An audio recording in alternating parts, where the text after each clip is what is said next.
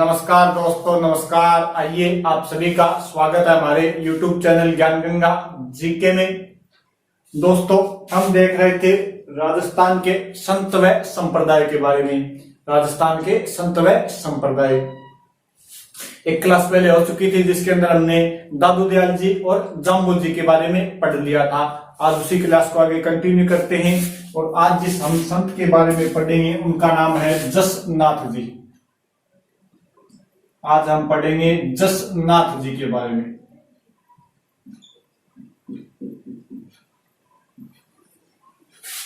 आज अपने पढ़ते हैं जसनाथ जी के बारे में। जसनाथ जी का जो जन्म हुआ था वो हुआ था 1482 ईस्वी में। जन्म 1482 ईस्वी में कहां पर हुआ था? कतरियासर, बीकानेर के अंदर। कतरियासर, बीकानेर के अंदर इनका जन्म हुआ था। जसनाथ जी का जन्म 1482 ईस्वी में कतरियासर, बीकानेर में हुआ। इनके जो पिता का नाम था वो था हमीर जी। पिता का नाम था हमीर जी और माता का नाम था, इनकी जो माता जी थी उनका नाम था रूपा दे। इनके पिता का नाम हमीर व माता का नाम क्या था? रूपा दे। जसनाथ जी जन्म कतरियासर, बीकानेर के अंदर 1482 ईस्वी के अंदर और इनके पिता का नाम था हमीर और माता का नाम था रूपा दे। इनके जो मुख्य केंद्र है, इनका जो मुख्य केंद्र है वो है कतरियासर, बीकानेर के अंदर। मुख्य केंद्र वो है आपके कतरियासर, बीकानेर के अंदर। कतरियासर, बीकानेर में इनका क्या है? मुख्य केंद्र बना हुआ है। ये भी जाम्बू जी के ही समकालीन थे और इन्हीं के समकालीन दिल्ली का सुल्तान था सिकंदर लोदी, यानी सिकंदर लोदी के समकालीन थे। सिकंदर लोदी के समकालीन।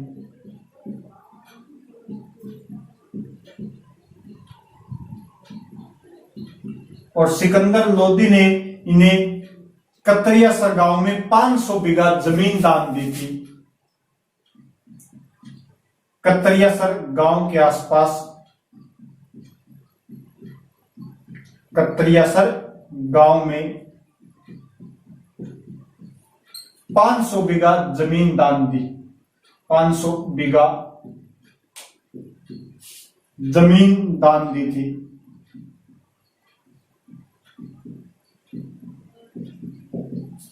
सिकंदर लोदी के समकालीन थे और सिकंदर लोदी जसनाथ जी से प्रभावित हुए और उन्हें कतरियासर गांव के अंदर ही 500 बीघा जमीन दान दी थी। 1500 ईस्वी के अंदर, 1500 ईस्वी के अंदर आपके जसनाथ जी और जाम्बू जी, बिश्नोई संप्रदाय के जो संस्थापक थे जाम्बू जी, और इन्होंने जो संप्रदाय चलाया था उसका नाम था जसनाथी संप्रदाय। ये दोनों यानी कि 1500 ईस्वी में जसनाथ जी व जाम्बू जी मिलते हैं। 1500 ईस्वी में जसनाथ जी की मुलाकात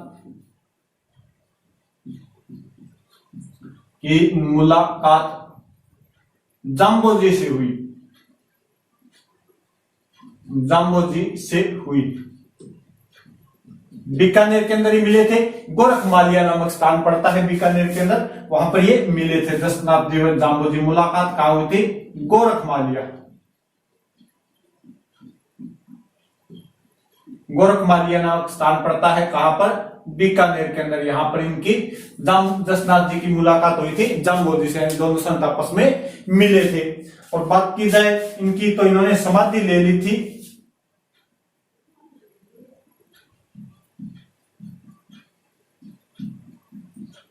लगभग 26 वर्ष की उम्र में। इन्होंने समाधि ले ली थी, यानी 1518 ये हो गए, बाकी कितने बचे? 26 में से 8। इधर 1508 के आसपास इन्होंने समाधि ले ली थी। कहां पर? बीकानेर के अंदर। बीकानेर में इन्होंने समाधि ले ली थी। लगभग 1506 में ले ली थी 24 वर्ष की उम्र में। 1506 में इन्होंने 24 वर्ष की उम्र में समाधि ले ली थी। समाधि कब ली थी? तो वो ली थी आश्विन शुक्ल सप्तमी को।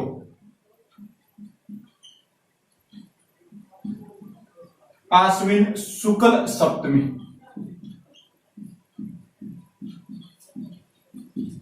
आश्विन शुक्ल सप्तमी को इन्होंने समाधि ले ली थी। इन्होंने अपने अनुयायियों को 36 उपदेश दिए। अपने अनुयायियों को 36 उपदेश दिए या 36 शिक्षाएं बोल सकते हैं। 36 उपदेश दिए। जाम्बोजी ने अपने अनुयायियों को 29 उपदेश दिए थे। इन्होंने अपने अनुयायियों को 36 उपदेश दिए थे। इनके जो अनुयायी है वो अग्नि नृत्य करते हैं। अनुयायी क्या करते हैं? अग्नि नृत्य।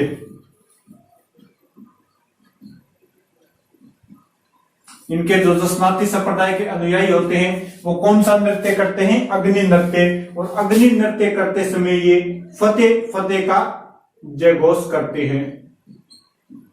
फतेह फतेह शब्द का जय घोष करते हैं। इनके जो अनुयायी होते हैं ये गले में काली ऊन का धागा पहनते हैं। गले में काली ऊन का धागा, काली ऊन का धागा पहनते हैं। गले में क्या रखते हैं? काली ऊन का धागा पहनते हैं। और इनके जो अनुयायी होते हैं, सिद्ध भक्त होते हैं, वही करते हैं अग्नि नृत्य। और किस उच्चारण को करते हैं? फतेह फतेह शब्द का उच्चारण करते हैं। ये आपके जसनाथ जी के बारे में नॉर्मल बातें। आगे इनके बारे में देखें तो इनका जो प्रिय वृक्ष है वो है जाल। जसनाथ जी या जसनाथी संप्रदाय का प्रिय वृक्ष है जाल और प्रिय पक्षी है मोर। यानी जाल वृक्ष व मोर पंख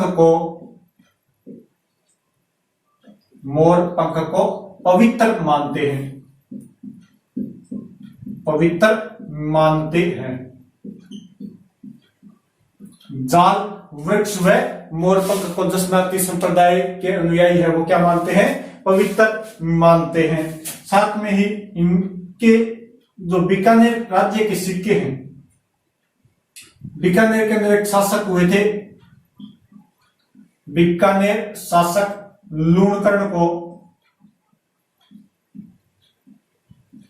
बीकानेर शासक लूणकर्ण को या लूणकर्ण, बीकानेर शासक लूणकर्ण जसनाथ जी के आशीर्वाद से,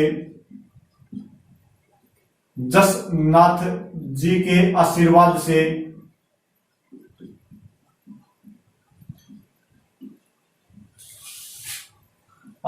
से शासक बना।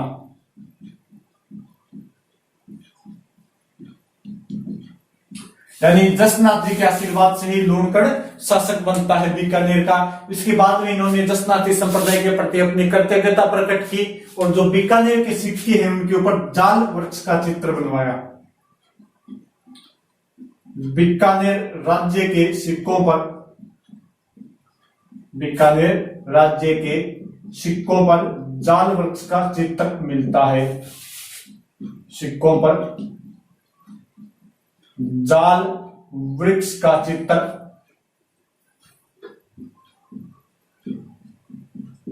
मिलता है। बीकानेर राज्य के सिक्कों पर किस वृक्ष का चित्र मिलता है? जाल वृक्ष का चित्र मिलता है।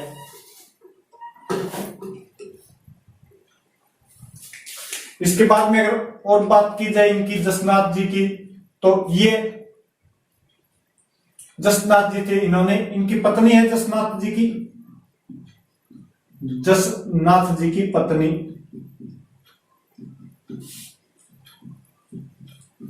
और पत्नी का नाम आता है काललदे। और काललदे की क्या की जाती है? पूजा की जाती है, कालजे की पूजा की जाती है। बात की जाए इनके मेले की, तो जो जसनाती संप्रदाय का मेला है वो साल में 3 बार लगता है, साल में 3 बार। साल में कितनी बार लगता है? 3 बार लगता है, साल में 3 बार। कब कब लगेगा? एक बार लगेगा आपके चैत्र शुक्ल सप्तमी को, चैत्र शुक्ल सप्तमी। इसके साथ आपके लगेगा भाद्रपद आश्विन शुक्ल सप्तमी को,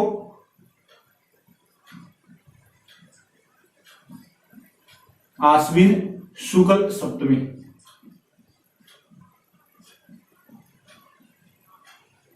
और एक लगता है आपके माघ शुक्ल सप्तमी को।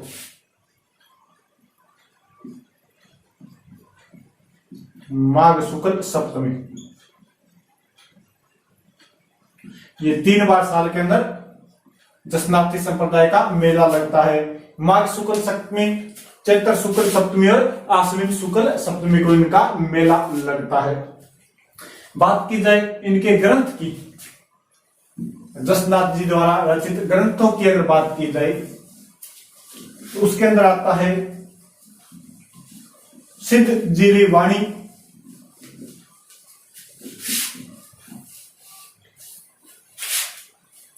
मुख्य ग्रंथ की अगर बात की जाए तो उसके अंदर एक तो आता है आपके शिंबुदड़ा,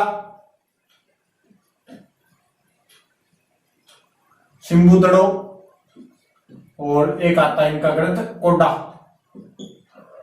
ये इनके 2 प्रमुख ग्रंथ है, शिंबुदड़ा और कोडा इनके प्रमुख ग्रंथ है। इसके अलावा अगर और बात की जाए तो उसमें आता है आपके सिद्ध जीरो शिवलोक, सिद्ध जीरो शिवलोक, ये भी इनका एक ग्रंथ है। 3 प्रमुख ग्रंथ बता दिए, शिंबुदड़ो, कोडा और सिद्ध जीरो शिवलोक। ये इनके क्या है? जसनाती संप्रदाय के या जसनाथ जी के प्रमुख ग्रंथ है। बात की जाए इनके स्थान की या मंदिरों की, जसनाती संप्रदाय के मंदिरों की अगर बात की जाए तो इनके जो मंदिर होते हैं, इनके मंदिर कहां कहां पर है? तो वो है तो बमलू प्लस लिखमादेसर,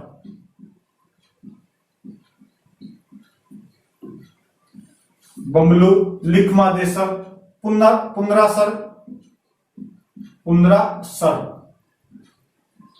प्लस मालासर। ये जो आपके बमलू, लिखमादेसर, पुनरासर और मालासर है, ये कहां पर है? ये आपके बीकानेर के अंदर। ये कहां पर है? बीकानेर के अंदर। इसके अलावा इनका एक मंदिर है पांचला सिद्ध, पांचला सिद्ध कहां पर? नागौर के अंदर। ये पांचला सिद्ध मंदिर कहां पर है इनका? नागौर के अंदर। तो जिसमें से 5 प्रमुख मंदिर बताए मैंने, 4 बमलू, लिखमादेसर, पुनरासर और मालासर कहां पर है? बीकानेर के अंदर। और पांचला सिद्ध कहां पर है? इनका मंदिर नागौर के अंदर इनका मंदिर स्थित है। इन्होंने भी निर्गुण भक्ति का संदेश दिया। कैसी भक्ति का संदेश दिया था? निर्गुण भक्ति का संदेश दिया। निर्गुण भक्ति का संदेश दिया।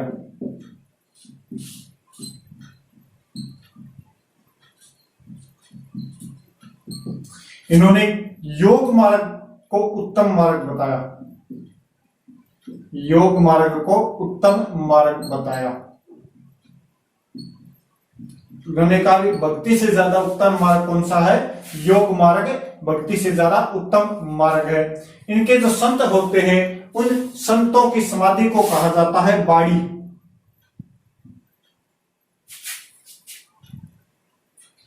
संतों की समाधि को बाड़ी कहा जाता है। संतों की जो समाधि होती है उसे क्या कहा जाता है? बाड़ी। और इनकी 84 बाड़ियां प्रसिद्ध है। 84 बाड़ी इनकी क्या है, प्रसिद्ध है। अब ये जो पांचला सीधा होता है इसे इन्हें जसनाथी संप्रदाय का मथुरा भी कहा जाता है। थोड़ा सा आप याद रख लीजिए, नॉर्मल सी बात है। बात की जाए इनके शिष्य की, ये तो नॉर्मल बात होगी इनके बारे में। अगर जसनाथ जी के शिष्य की बात की जाए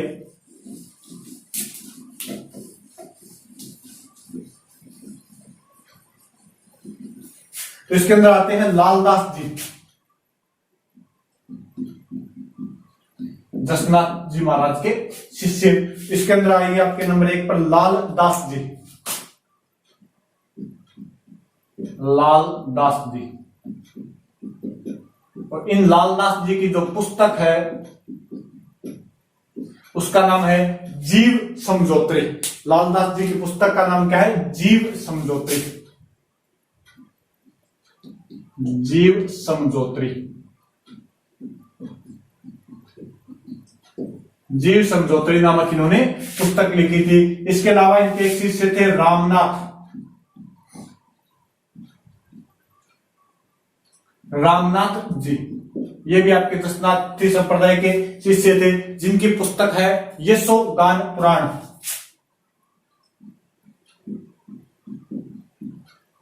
इनकी पुस्तक है यशोगान या नाथ पुराण। यशोनाथ पुराण नामक इनकी पुस्तक है, और इस पुस्तक को जसनाथी संप्रदाय का बाइबिल कहा जाता है। यशोनाथ पुराण को क्या कहा जाता है, जसनाथी संप्रदाय का बाइबिल। जसनाथी संप्रदाय का बाइबिल।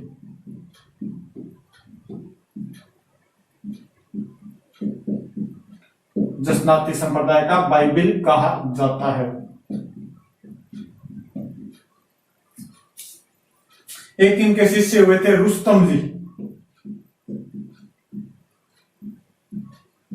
इनके ये जसनाथी संप्रदाय के अंदर ही हुए थे रुस्तम जी, और इन्होंने औरंगजेब के सामने अग्नि नृत्य किया। क्या क्या था, अग्नि नृत्य। कहां पर क्या था, औरंगजेब के सामने। औरंगजेब के सामने या दरबार में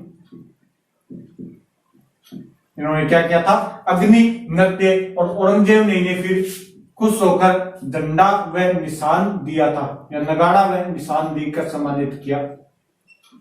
निशान व नगाड़ा देकर सम्मानित किया।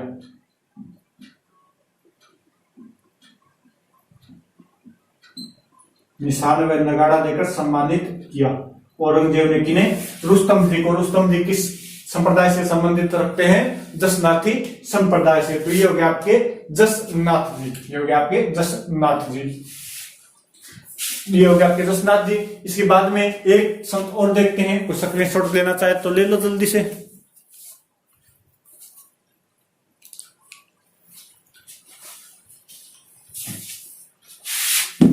नेक्स्ट अपने देखते हैं चरणदास जी को।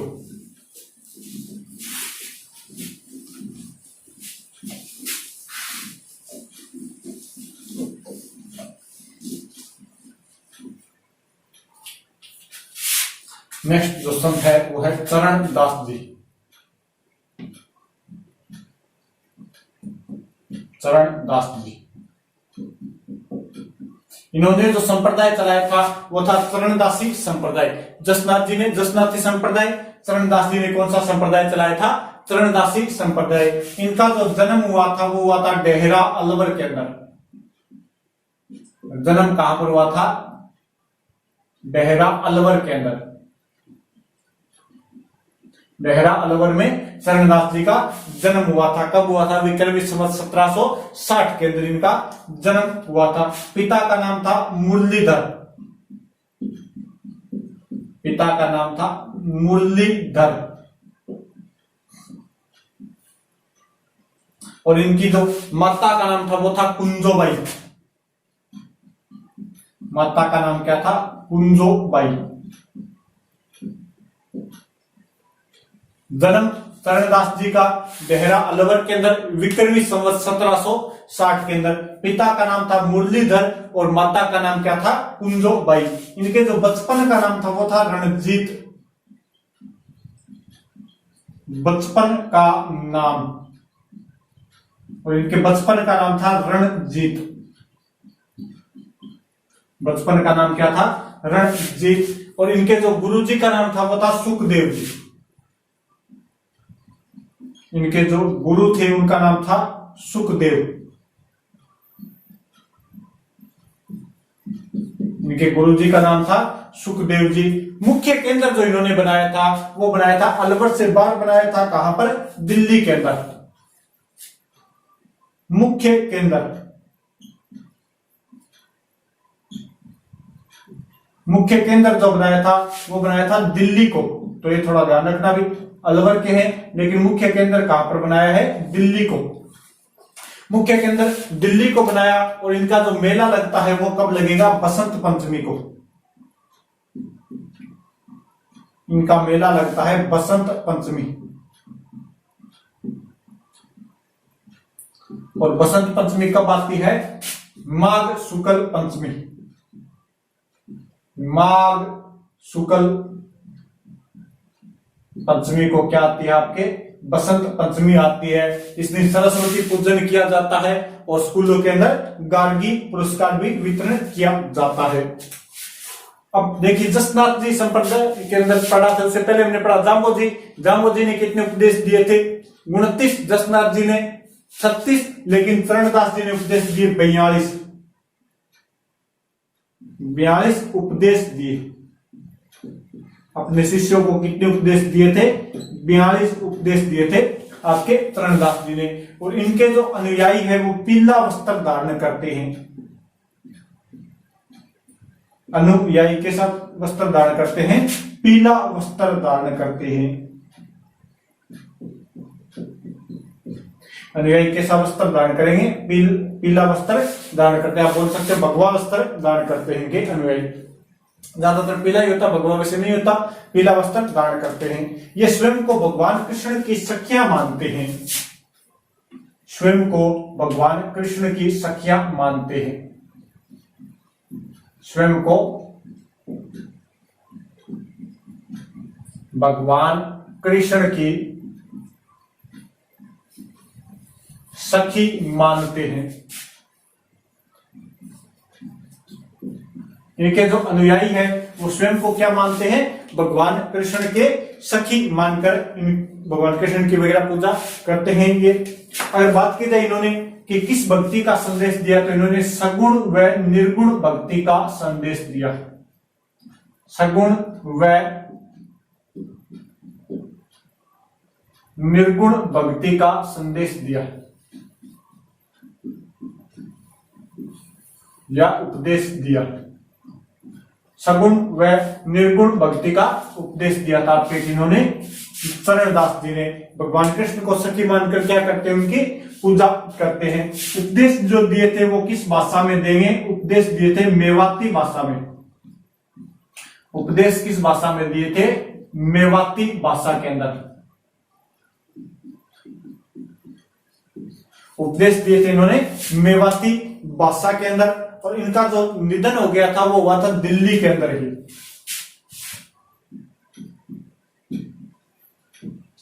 निधन कहां पर हुआ था? दिल्ली में। दिल्ली में इनका क्या हो गया था? निधन हो गया था। इन्होंने नादिर शाह के आक्रमण की भविष्यवाणी की थी। क्या किया था इन्होंने? नादिर शाह के आक्रमण की भविष्यवाणी। नादिर शाह के आक्रमण की भविष्यवाणी के आक्रमण की भविष्यवाणी।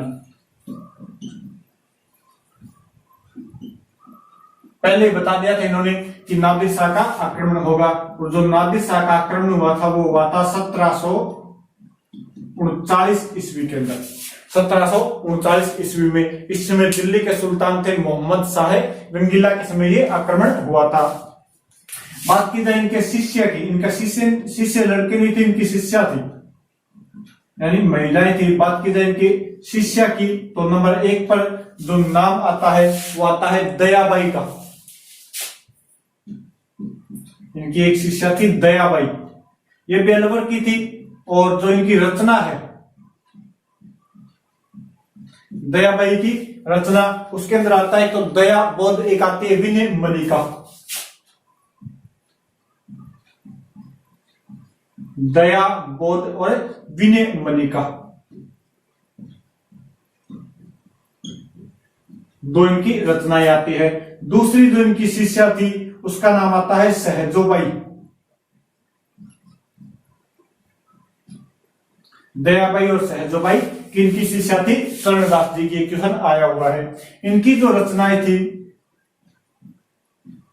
उसके अंदर एक तो आता है आपके सहज प्रकाश,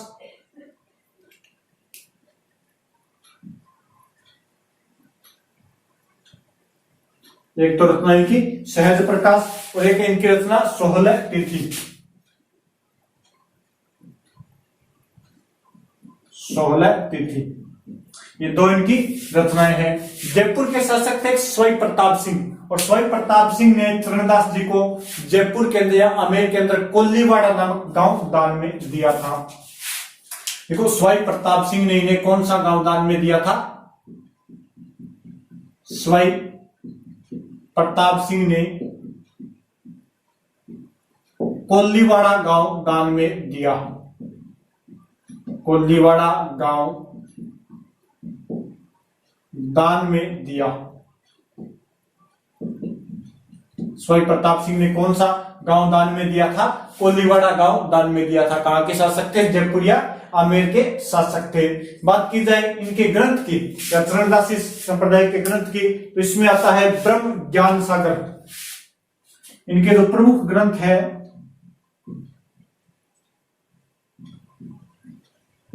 उसमें आएगा नंबर 1 पर आएगा आपके ब्रह्म ज्ञान सागर, ब्रह्म ज्ञान सागर। नंबर 2 पर आता है ब्रह्मचरित्र,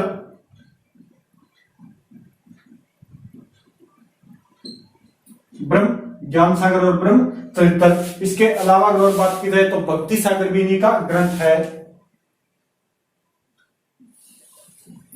भक्ति सागर। और एक इनका ग्रंथ है ज्ञान सर्वोदय, ज्ञान सर्वोदय, ये इनके ग्रंथ थे। और भगवान कृष्ण की जो ये श्रीमद् भागवत है इनको आधार मानकर इन्होंने अपने संप्रदाय की स्थापना की थी। तो ये हो गया आपके चरणदास जी। चरणदास जी जन्म कहां पर हुआ था? डेहरा अलवर के अंदर इनका जन्म हुआ था। कब? विक्रमी संवत 1760 के अंदर। इनके जो पिता का नाम था वो था मुरलीधर, माता का नाम कुंजोबाई, बचपन का नाम था रणजीत, इनके गुरुजी का नाम था सुखदेव जी। मुख्य केंद्र जो इन्होंने बनाया था वो बनाया था दिल्ली को, और जिस भाषा में उपदेश दिए थे वो थी मेवाती भाषा, यानी मेवात क्षेत्र में रह गए अलवर भरतपुर वगैरह।